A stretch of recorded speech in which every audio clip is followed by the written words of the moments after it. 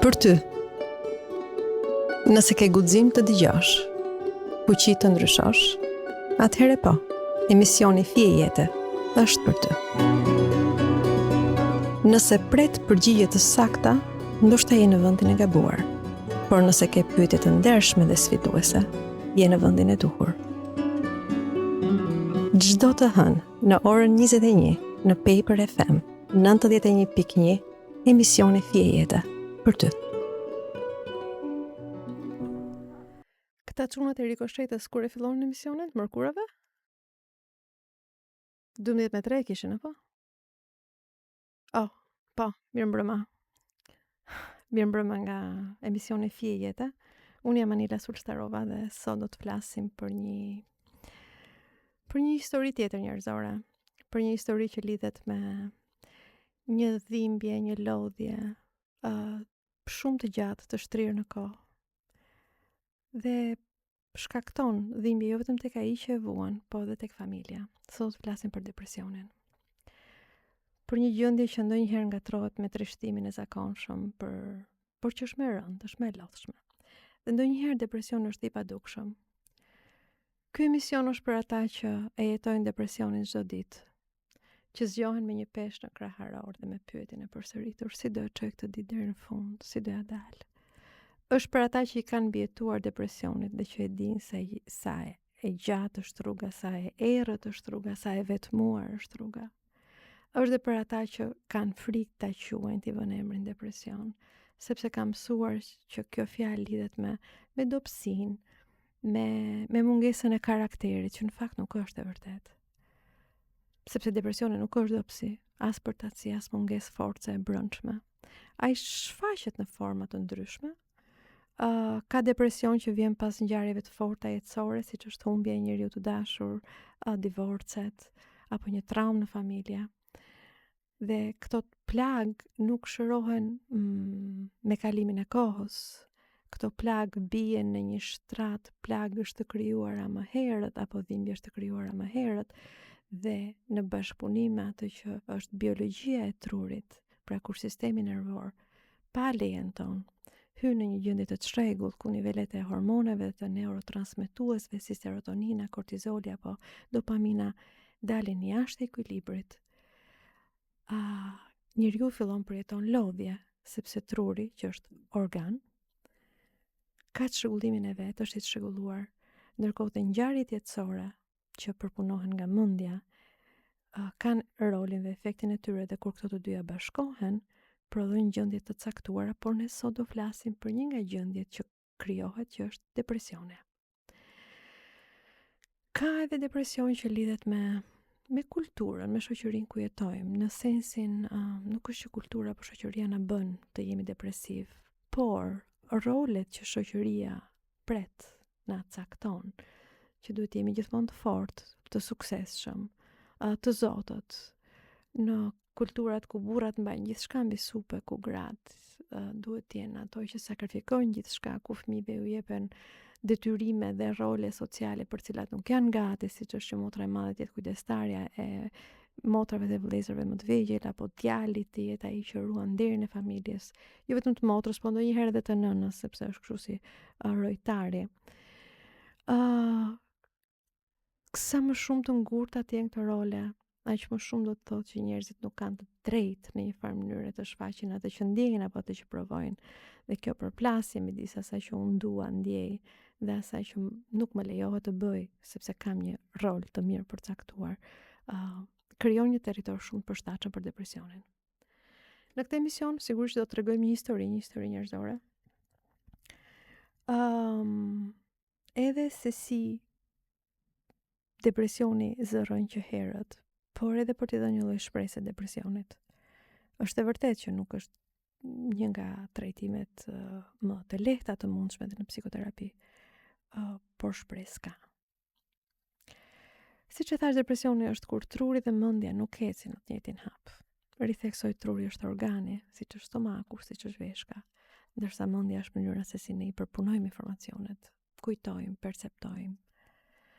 Dhe kur këto të dyja nuk shkojnë dakord me njëra tjetrën, ndodh që të kemi një territor të përshtatshëm për depresionin. Për këtë arsye, depresioni nuk është diçka që kalon duke thënë mendo pozitivisht, ty s'të mungon asgjë, të tjerët janë duke vuajtur, sepse sa më shumë mesazhe të tilla të përjetoj njeriu, aq më i paaft ndihet për të shëruar. Sot do të flas për historinë e një pacienti. Ai është 34 vjeç, është i martuar, ka një fëmijë. Hyri thuajse i përkulur në zyrë, shpatullat e kishte të rënda, si dikush që ka mbajtur me vite një barë të padukshme. Thuajse zero kontakt me sy. Ishte i avashti nga dalë në lëvizje. Sigur kishte frikë se mos lëndon të koltukun.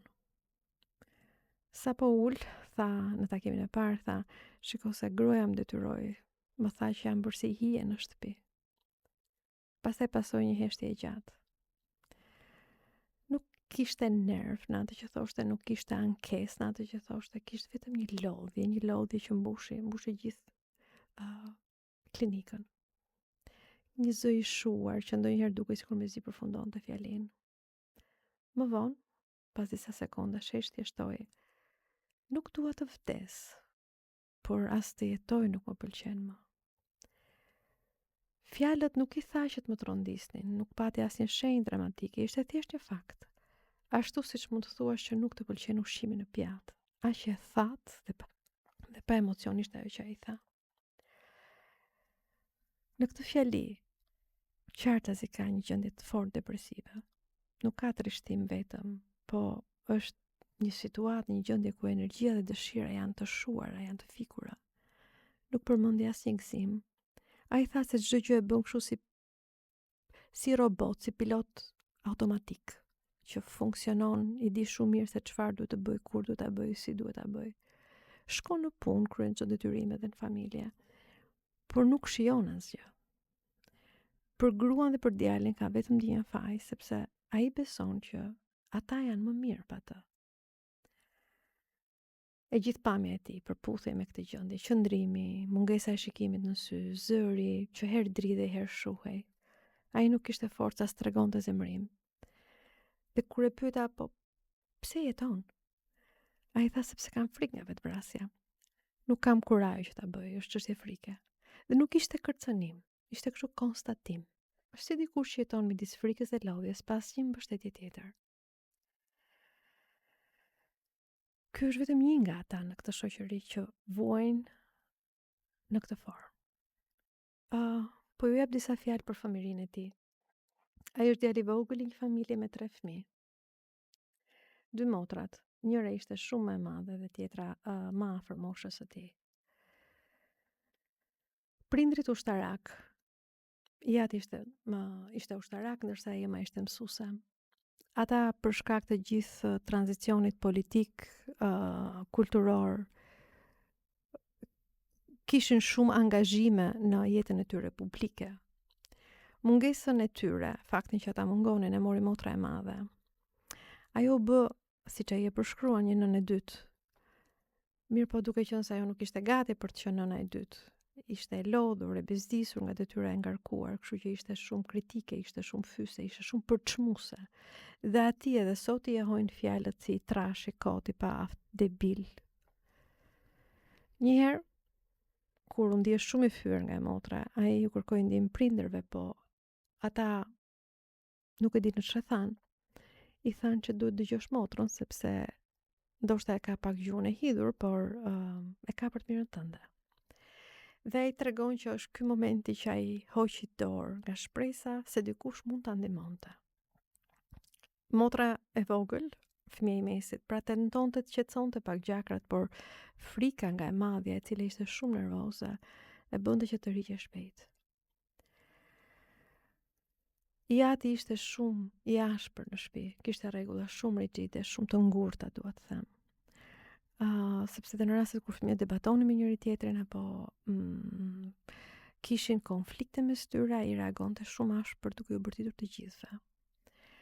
Ndonjëherë ishte edhe i dhunshëm ndaj njërit prej tyre, dhe kur dikush prej tyre bëhej viktimi i dhunës së tij, të tjerët ishin të detyruar të shihnin, po të mos bënin dot asgjë, sepse nuk mund të bënin asgjë. Një ngjarje që tronditi gjithë familjen ishte që kur motra e tij e madhe ishte 17 vjeç, iku nga shtëpia.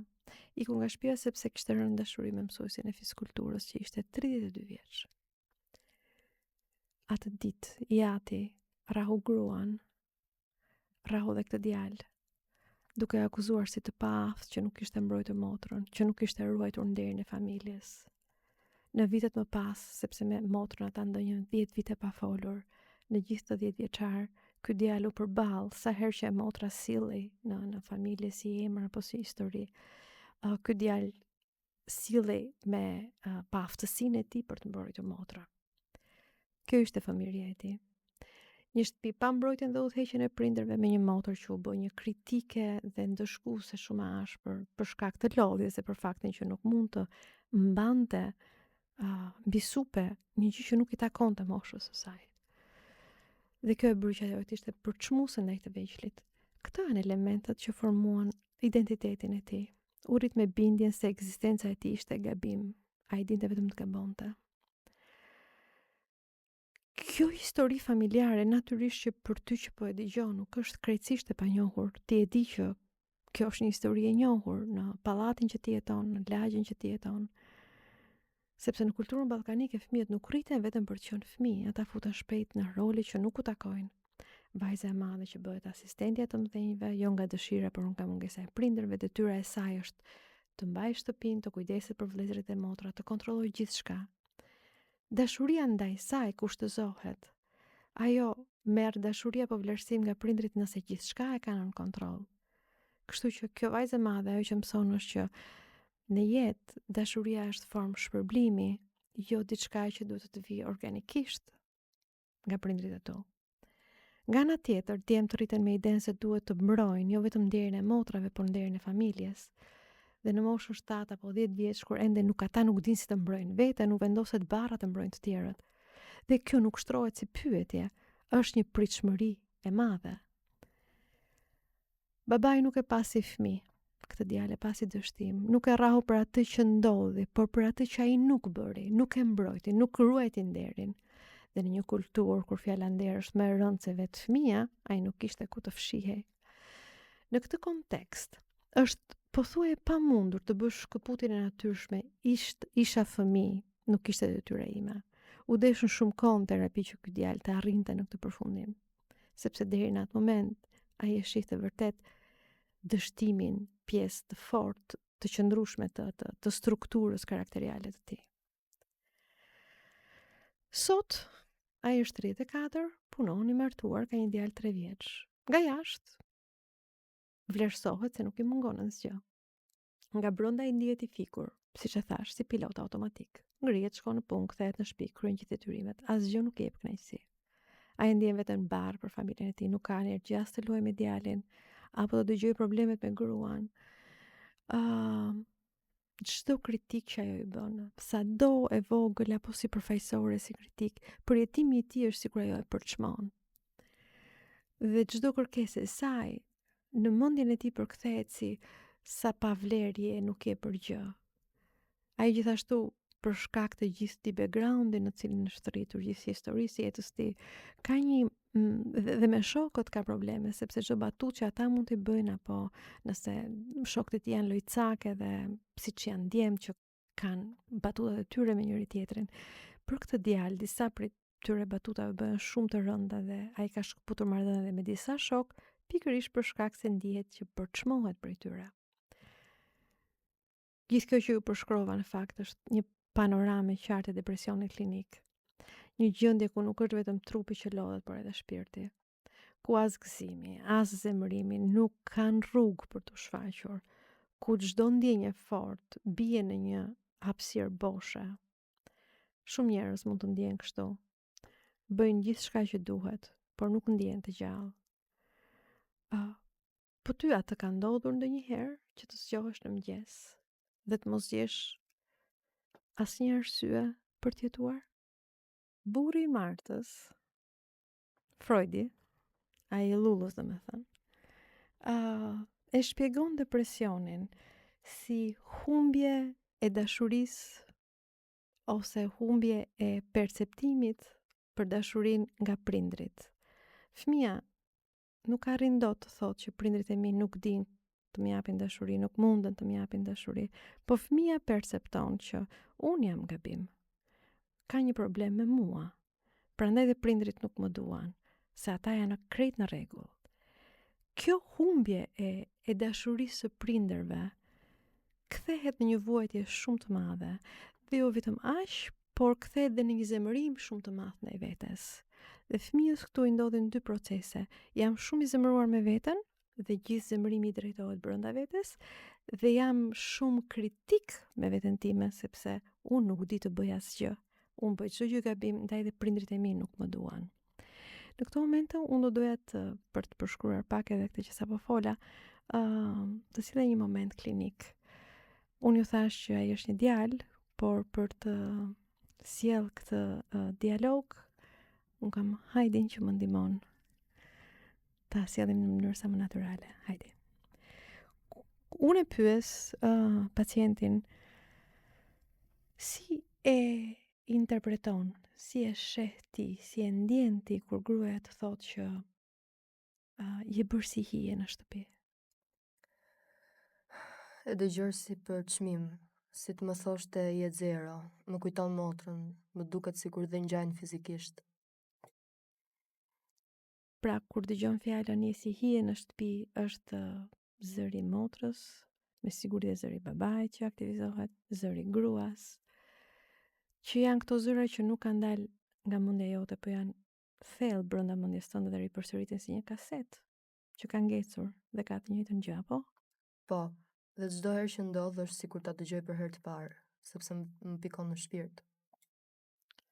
Ky është shembulli i asaj që si Freud apo dhe terapistët të tjerë thonë që humbja e dashurisë nga prindrit çon në një mohim të vetes dhe në një rritje të kriticizmit ndaj vetes.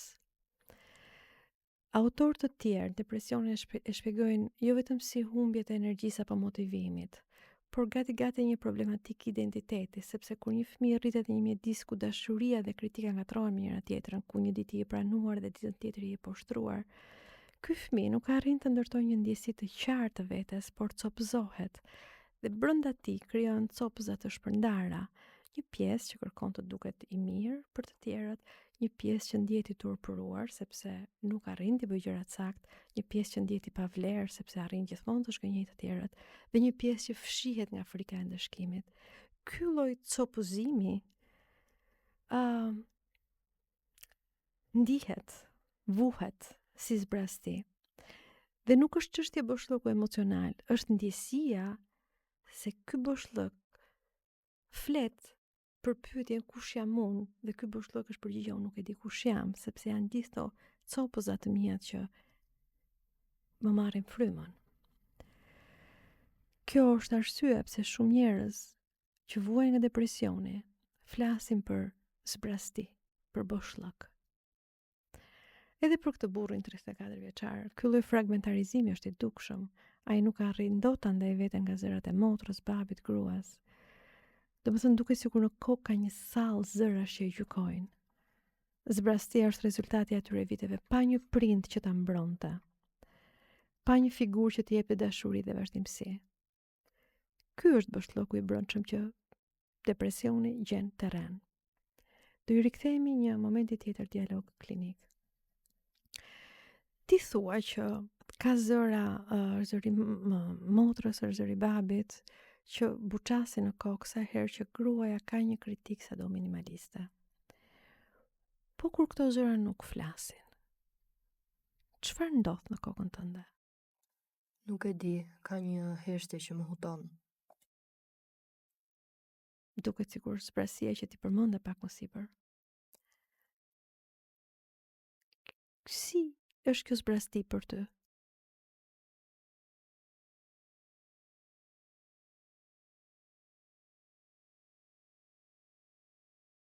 Po nëse zbrastia jam unë, po sikur mos ketë gjë tjetër. Jo, zbrastia nuk do të thotë që je ti. Zbrastia nuk do të thotë që ti nuk ekziston. Ajo do të thotë që ti je rritur pa mbështetje. pa të ndjesin që ti je i plot.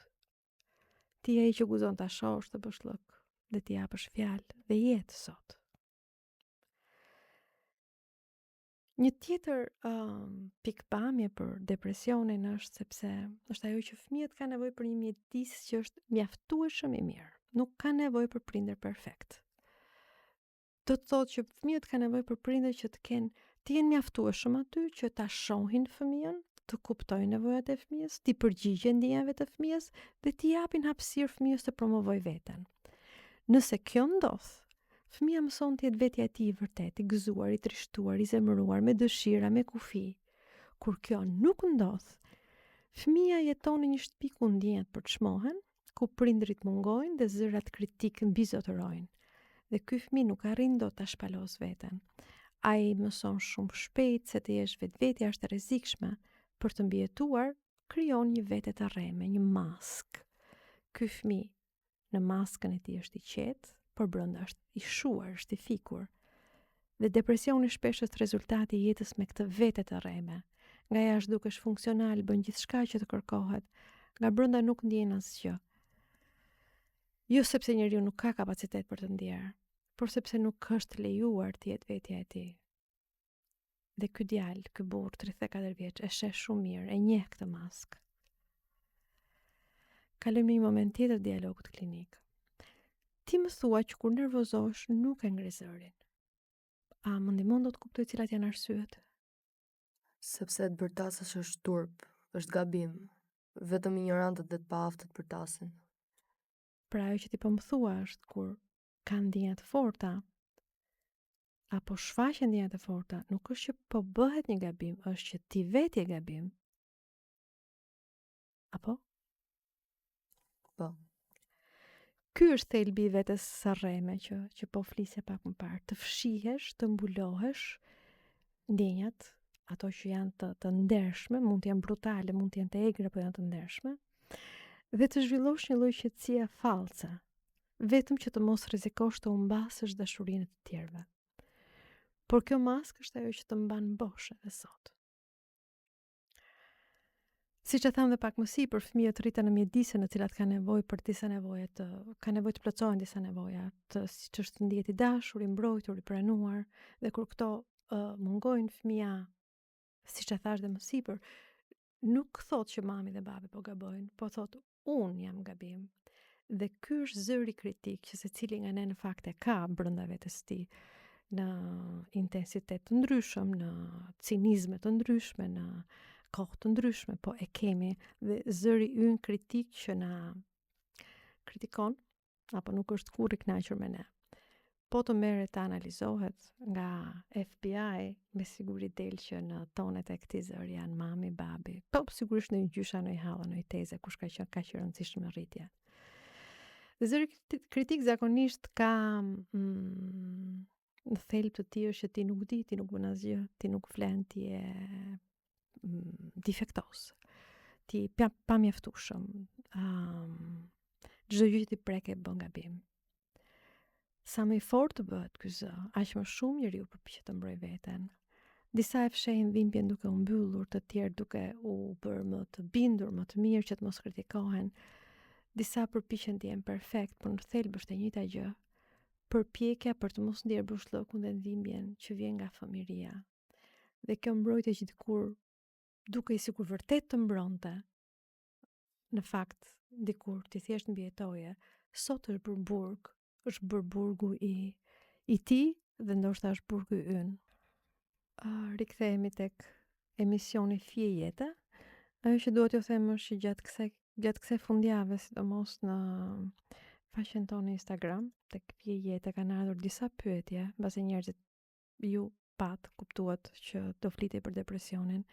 Dhe ky është një moment që unë do lexoj disa nga pyetjet, më saktë, hajde do lexoj disa nga pyetjet që janë bërë dhe unë do përpiqem të jap përgjigje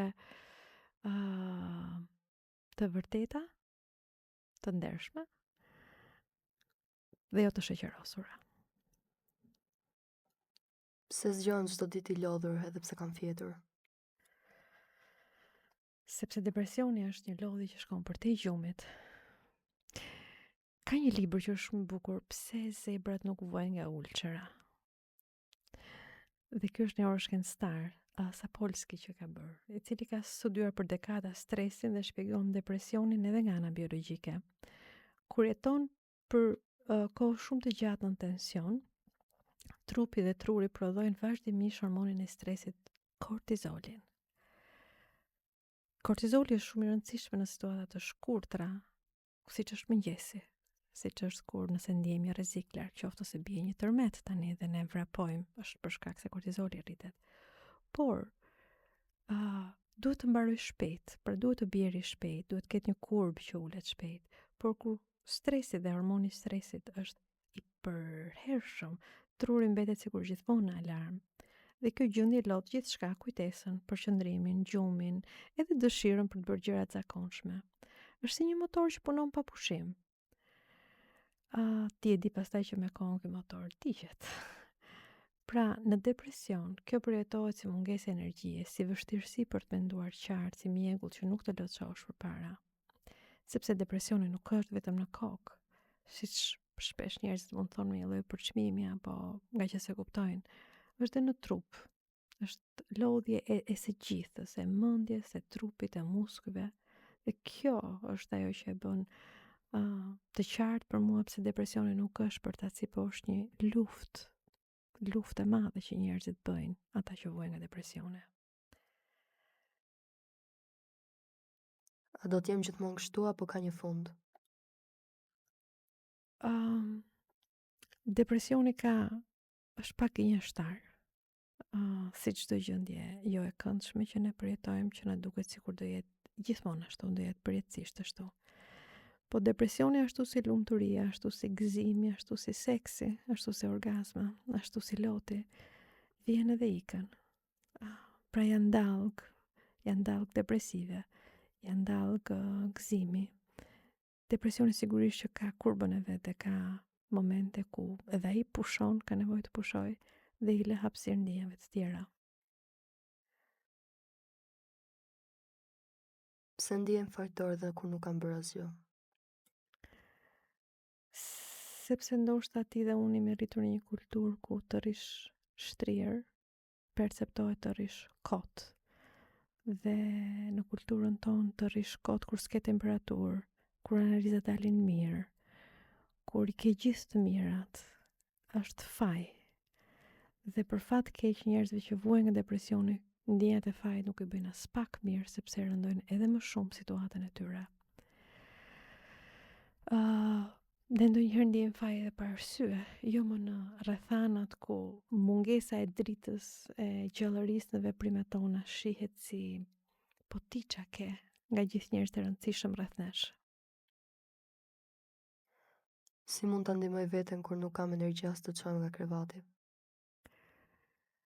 Është shumë e vështirë të t'jap unë një këshill se si ta ndihmosh ti veten. Po ndoshta ti që e njeh pak më mirë veten, mund të gjesh cilat janë ato gjërat e vogla që të ndihmojnë ty për të dalë nga krevati. Unë mund të them cilat janë ato që mua më ndihmojnë, por nuk janë të vlefshme edhe për ty. Mund të jenë veprimet vogla, siç është të hapësh dritaren, ose në rastin tim që kam 2 maca është të shoh a kanë ushqim macat. Janë veprimet vogla ato që çojnë drejt hapave të mëdhenj. Nuk mund të pretendojmë që në gjendje depresive të ngrihemi një ditë në formën tonë më të mirë.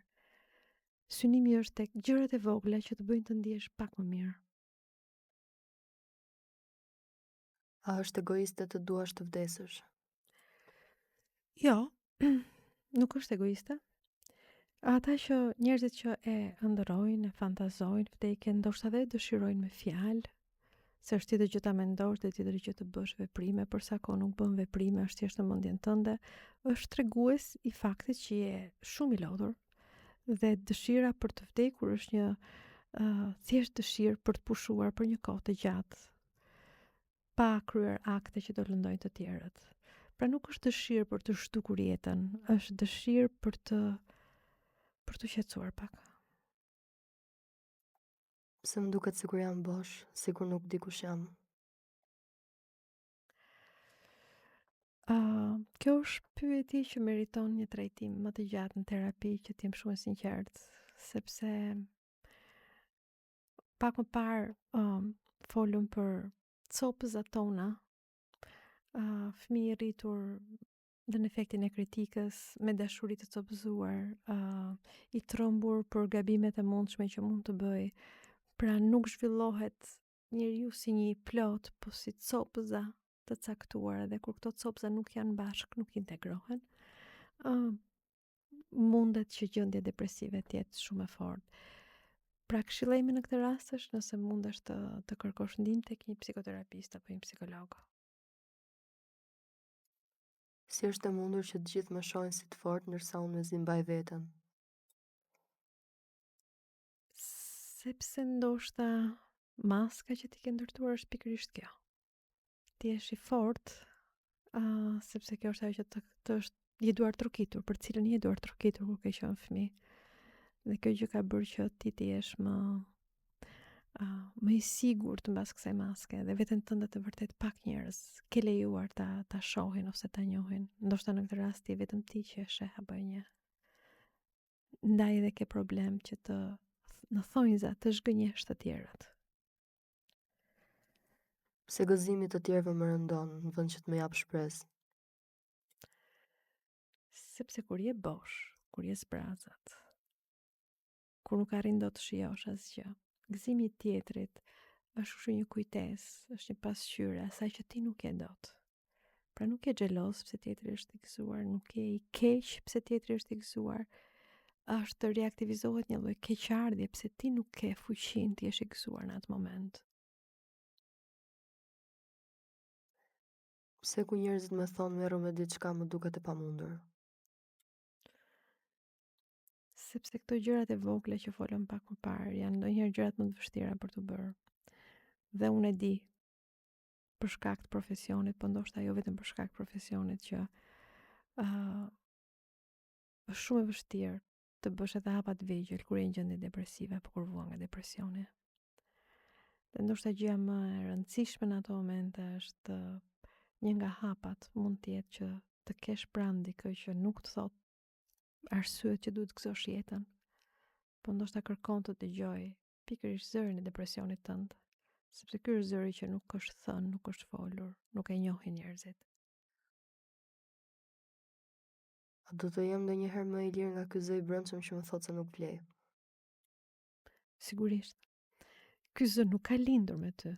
Këtë zë e ke marrë e ke marrë me kredi, nga shtëpia ku urrite, nga fjalët që të plagosën, nga mungesat që nuk u shëruan. Sot e kuptoj që duket si një pjesë e pandashme jote, por nuk është. Në terapi me kohë mëson ta dallosh se si ai zë është i së shkuarës dhe jo i së tashmes. Dhe kur fillon ta njohësh, zëri yt i brendshëm me siguri do thotë që ti vlen, sepse ti vlen. Shpesh flasim për depresionin sikur të ishte një gjë e vetme, sikur është thjesht një trishtim i zgjatur në kohë. Në të vërtetë, depresioni ka shumë fytyra, shumë mënyra se si hyn në jetën e dikujt. Dhe mendoj që të kuptosh të shumë e rëndësishme, sepse nga kjo varet edhe trajtimi i depresionit. Ka depresione që janë kështu si një stuhi e beftë që arson gjithçka. Dhe në termat klinik quhet depresioni madhor, ku humbet çdo interes, ku çdo gjë që dikur të gëzonte të duket e largët, dhe trupi vet ndryshon, gjumi, ushqyerja, energjia, mund të zgjas me javë apo dhe me muaj. Shpesh mund të kesh dhe mendime të forta për vdekjen. Ka lloje të tjera depresioni që nuk godasin me të njëjtën formë, por nuk të lën asnjëherë rehat. Ky është distimia. Ky lloj depresioni është një depresion i shtrirë në kohë. Është bërë pjesë e jetës së njerëzve. Është si një mjegull që dikush e ka në kokë, që nuk shpërndahet aty rri për vite të tëra. Ky lloj depresioni nuk të mban në shtrat, nuk të mban të izoluar. Ky është ai lloj depresioni që shumë nga ju e kanë, që çohen në mëngjes, që bëjnë të gjitha funksionet e jetës, bëjnë të gjitha detyrimet e jetës. Por ndoshta nga pyetjet e para që bën në mëngjes është për çfarë vlen kjo ditë. Dhe ndoshta në darkë kur flem pyetja tjetër ose fjalia tjetër është iku dhe një ditë. Pra pa gëzimin që një ditë e re do vijë, apo pa gëzimin e një suksesi të një dite që kaloi, por kështu sikur mbyll derën e zyrës. Ka raste edhe më të rënda kur depresioni nuk vjen vetëm si trishtim, por shoqërohet me halucinacion ose me mendime të pavërteta jo reale për veten. Ky është depresioni që ka dhe karakteristika psikotike. Ky sigurisht, si depresioni madhor, në raste që duhen trajtuar me medikamente, edhe me terapi. Është edhe depresioni që shumë vajza dhe gra e dinë mbas janë bërë nëna, është depresioni postpartum, pas lindjes, që nuk është thjesht që më vjen për të qarë apo luhatet emocionale që kalojmë disa javë. Ndonjëherë ky depresioni pas lindjes është i rëndë, sepse nënat e ndiejnë veten të paafta, të friksuara, të shkëputura nga foshnja, sikur nuk janë në gjendje ta duan foshnjën apo të kujdesen për foshnjën. Ndonjëherë kanë mendime të tmerrshme që nuk duan t'i kenë, por do doja vetëm që të thosha që janë thjesht mendime. Dhe po, në këto momente ke nevojë të flasësh me dikë. Ka raste kur depresioni shkaktohet nga alkooli apo nga drograt ose dhe nga medikamente, abuzimi me medikamente të ndryshme, që mund vi për shkak dhe të sëmundjeve të caktuara që merren këto medikamente. E gjitha kjo çon në një të vërtetë thjesht, depresioni nuk ka vetëm një fytyrë, jo të gjithë llojet e depresionit trajtohen njësoj. Ka raste kur ndoshta vetëm terapia mjafton, por ka raste që pa ilaç është i pamundur shërimi. Dhe këtu dua të them që nuk është turp të marrësh ilaçe. Shumë njerëz kanë frikë se po marrin ilaçe do krijojnë varësi nga ilaçet. Por jo, është një frikë iracionale. Kur vuan nga stomaku, merr ilaçe për stomakun dhe askush nga ne nuk thotë kam frikë se do krijoj varësi nga ilaçet e stomakut, apo ilaçet e veshkave, apo të tiroides. E vërteta është që truri si organ që është i ngjashëm me stomakun ka nevojë të trajtohet dhe varësitë nuk krijohen kaq kollaj, sidomos nëse ndiqni udhëzimet e mjekut. Sepse nuk ka një trajtim të vetëm, por ka gjithmonë mundësi për ndihmë. Dhe në disa raste të marrësh ndihmë nuk kupton të marrësh edhe ilaçe. Tani në fund para mbylljes unë do doja të rikthesha me hajtin disa nga pyetjet që familjarët e atyre që vuajnë me depresion shkruajnë. Si mund ta ndihmoj pa u lodhur krejt vetë? Të kesh një njeri, një familjar, një njeri të rëndësishëm, që mund të jetë partner që nuk jetoni bashkë, që vuan nga depresioni është padyshim shumë e rëndë. Por nëse ti përpiqesh ti është gjithmonë mbështetja e vetme kryesore, shumë shpejt do lodhesh dhe ti dhe nuk do jesh në gjendje ta ndihmosh atë. Nuk mund të mbash një barr që nuk të takon vetëm ty. I takon dhe profesionistëve, por edhe familjarëve të tjerë, sepse po familja është shumë e rëndësishme në trajtimin e çdo lloji ngjarjeje, trauma apo çrregullimi. Duhen vendosur kufi. Njeriu që vuan nga depresioni ka nevojë ta di që ti ke limite, ti ke kufi. Sa më qartë dhe ndershmërisht i thuash për kufit që ti ke dhe për limitet që ti ke, aq më shumë e bën pjesë të shërimit atë njeri. Se nuk i thuhet që u lodha me ty. Është krejt e kuptueshme që unë jam e lodhur dhe kam dhe unë nevojë kohë të çlodhem, që të mos i përforcohen disa nga skemat e vjetra që nuk vlen. Si të ruaj durimin kur depresioni i ti më lodh?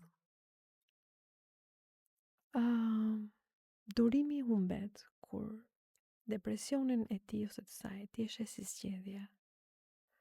Sepse ngre pritshmëri që me këtë që unë po bëj, ti duhet të dalësh nga shtrati dhe duhet bëhesh më mirë. Nëse ke durimin dhe mirësinë ta pranosh në mënyrë shumë gjenuine, që depresioni dikujt nuk është zgjedhje, në atë moment është e vetmja mënyrë që ai ditë rri, ditë jetë. Ndoshta dhe durimi yt do jetë më i zgjatur në kohë. Gjithsesi, sjellja e tij ndaj teje apo ndaj përgjegjësive nuk është personale. Është mënyra se si ai e shikon mundësinë e tij për të reaguar. E megjithatë, është e drejta jote që të marrësh pushim, të marrësh ajër, të marrësh kohë, sepse po dhe ti je njëri. Çfarë të bëj me frikën se mos teton vetvrasjen? Shpesh familjarët kanë frikë ta përmendin si term, se jo duket sikur po t'ja çojnë në mendje mund të kryhet vetvrasje. E vërteta është që nëse dikush e ka ndëmend vetvrasjen, e përmendur ose jo nga familjarët, ai do ta bëj ose të paktën do bëj tentativat. Pra ajo që unë do rekomandoja është që të flitet hapur për këtë frikë. Unë kam frikë se mos ti do bësh vetvrasje. Nëse e mban të pashprehur, rritet shumë tensioni mes jush.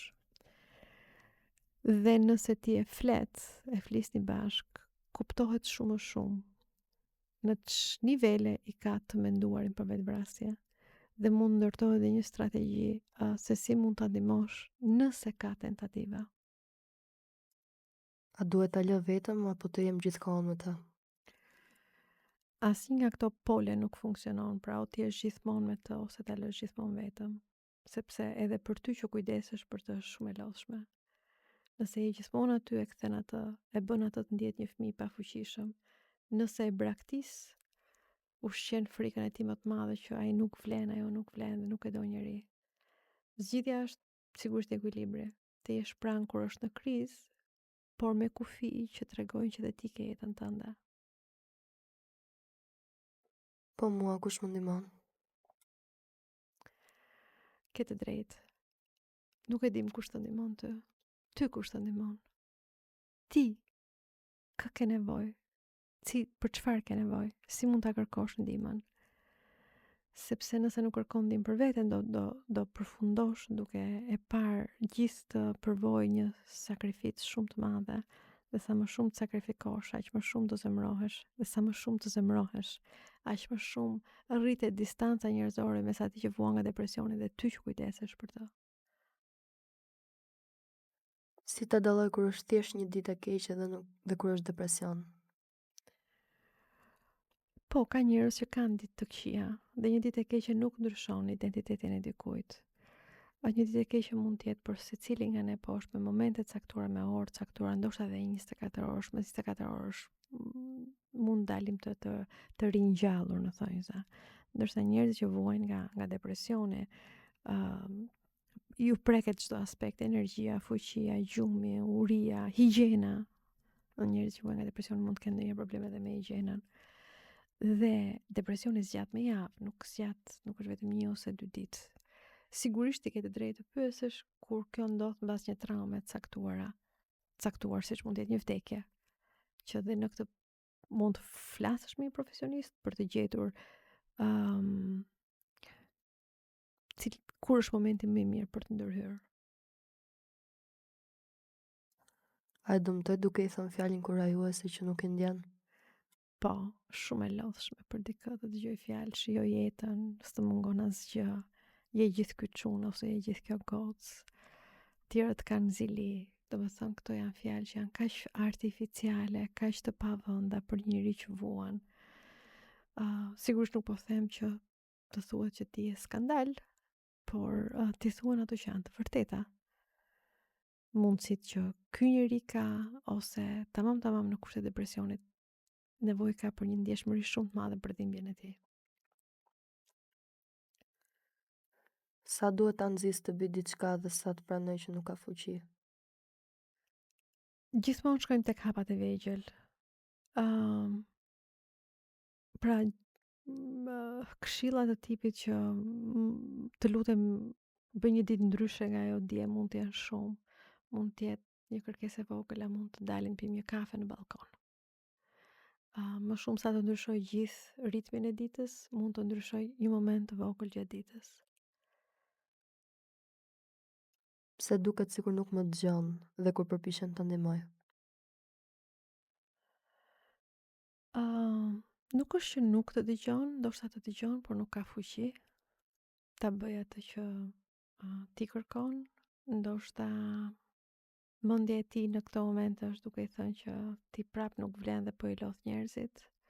Ka shumë arsye pse dikush nuk bën atë që ti i kërkon, se ti këtë po thua. Ai të dëgjon, thjesht si shkon mesazhi dhe si reagon pas atij mesazhi është diferenca. A duhet t'u them të tjerëve për gjendjen e tij apo është turp? Jo, nuk është turp. Nuk është turp gjendja e tij. As e tij as e jotja. Depresioni nuk është zgjedhje, depresioni nuk është përtasi. Depresioni është smundje, është vuajtje. Dhe si çdo vuajtje tjetër, meriton të mos shihet me turp. E nisëm këtë episod me historinë e një djale 34 vjeçar që ndiej si hije në shtëpinë e tij. Në fakt, ka shumë njerëz që jetojnë kështu, edhe pse të pranishëm ata sikur mungojnë. E bëjnë punën e tyre, kujdesen për familjen, dalin me miq, po brenda tyre është gjithmonë një mjegull, një ndjenjë fortë që nuk largohet. Por kjo nuk është e vërteta e tyre. Nuk është identiteti i tyre. Është një gjendje që i ka mbajtur peng. Sigurisht që ka mënyra për ta ndryshuar. Nuk është turp të kërkosh ndihmë. Turp është të lihet njeriu vetëm në atë mjegull për vite me radhë. Dhe nëse ka një mesazh që unë do doja që ju ta mbani mend nga ky takim, është që edhe kur dhimbja është e qetë, edhe kur nuk duket aq dramatike, ajo është po aq e rëndësishme. Askush nuk duhet të mësoj të jetoj i fikur nga brenda. Ti nuk meriton të jetosh në ato vetmi të rënd që të fik çdo ditë. Nga Fije Jete, natën e mirë.